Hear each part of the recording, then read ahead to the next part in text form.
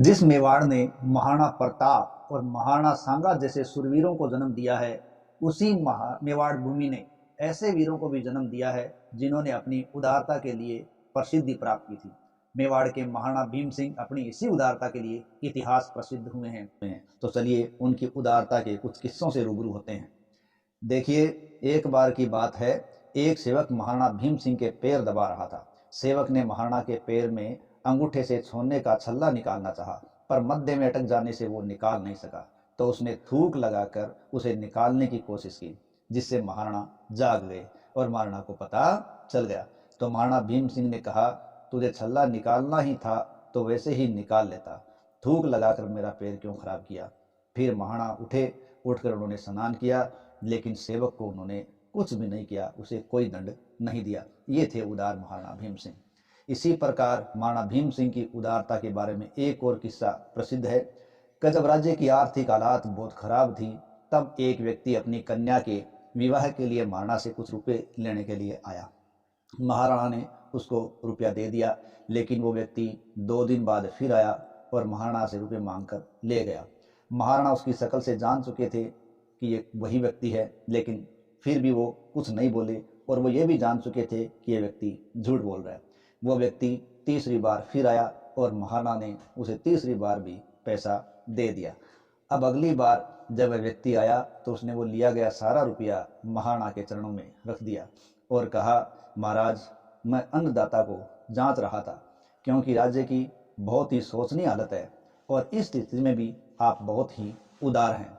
इसलिए महाराणा ने उसकी बात सुनी और वो सारा रुपया वापस उसी को दे दिया। इसी प्रकार उदारता की एक और कथा प्रचलित है, चारण से किस प्रकार नाराजगी और राजीनामा। देखो, एक बार कुछ चारण महाराणा भीम सिंह की प्रशंसा में कुछ पद्य लिख कर लाए और उन्होंने वो पद्य महाराणा भीम सिंह को सुनाए और उनको इनाम मिला। केवल एक चारण ऐसा था जिसको कोई भी इनाम नहीं मिला। तो दूसरे चारण उसको चिढ़ाने लगे और उनको कहा कि तुम्हें कुछ नहीं मिला। तब उसने कहा, तुम सबने तो महाराणा की प्रशंसा करके इनाम प्राप्त किया है, देखना मैं महाराणा की निंदा करके इनाम प्राप्त करूंगा।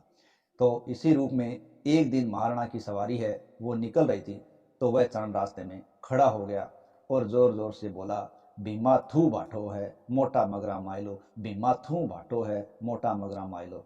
अर्थात, हे भीम सिंह, तू किसी बड़े पर्वत का एक पत्थर है। महाराणा के चौबदार और छड़ीदार उसको दंड देने के लिए आगे बढ़े, तो महाराणा ने उनको रोक दिया और उस चारण को पास बुलाया और उससे बात पूछी। उसने सारी बात बता दी। सारी बात जब महाराणा को मालूम हुई तो उसने उसको अधिक धन दिया। तब उस चारण ने अपनी बात को इस प्रकार पूरा किया, भीमा थू बाठो मोटा मगरा माइलो, भीमा थू बाठो मोटा मगरा माइलो, कर राखूं काठो शंकर जो सेवा करूं। अर्थात, ए भीम सिंह, तू किसी बड़े पर्वत का ऐसा पत्थर है जिसे यत्न से रखकर मैं महादेव की भांति तेरी सेवा करूं। और ये सुनकर महाराणा बहुत प्रसन्न हुए और उसे दुगुना इनाम दिया। तो इस महाराणा के बारे में कविराज श्यामल दास ने भी खूब लिखा है कि वैसे तो महाराणा भीम सिंह का देहांत 60 साल की उम्र में हुआ, लेकिन 20 वर्ष के जवान माली का देहांत होने पर जैसा दुख लोगों को होता है, उससे भी बड़ा सदमा मेवाड़ के लोगों को लगा। उनकी नौकरी करने वाले लोगों में से जो अब भी जिंदा है, वे महाराणा भीम सिंह का नाम आते ही ठंडी सांस भरकर याद करते हैं। महाराणा की उदारता यहाँ तक थी कि इस रियासत के लोग ईश्वर का नाम लेने के बाद महाराणा भीम सिंह का नाम लेकर यह ख्याल करते थे कि अब उनका दिन चैन से गुजरेगा। तो ये थे मेवाड़ के महाराणा भीम सिंह, जो अपनी उदारता के लिए इतिहास प्रसिद्ध रहे हैं। हमारी इसी कड़ी में मेवाड़ी गाथा में हमने उदारता की कहानी देखी।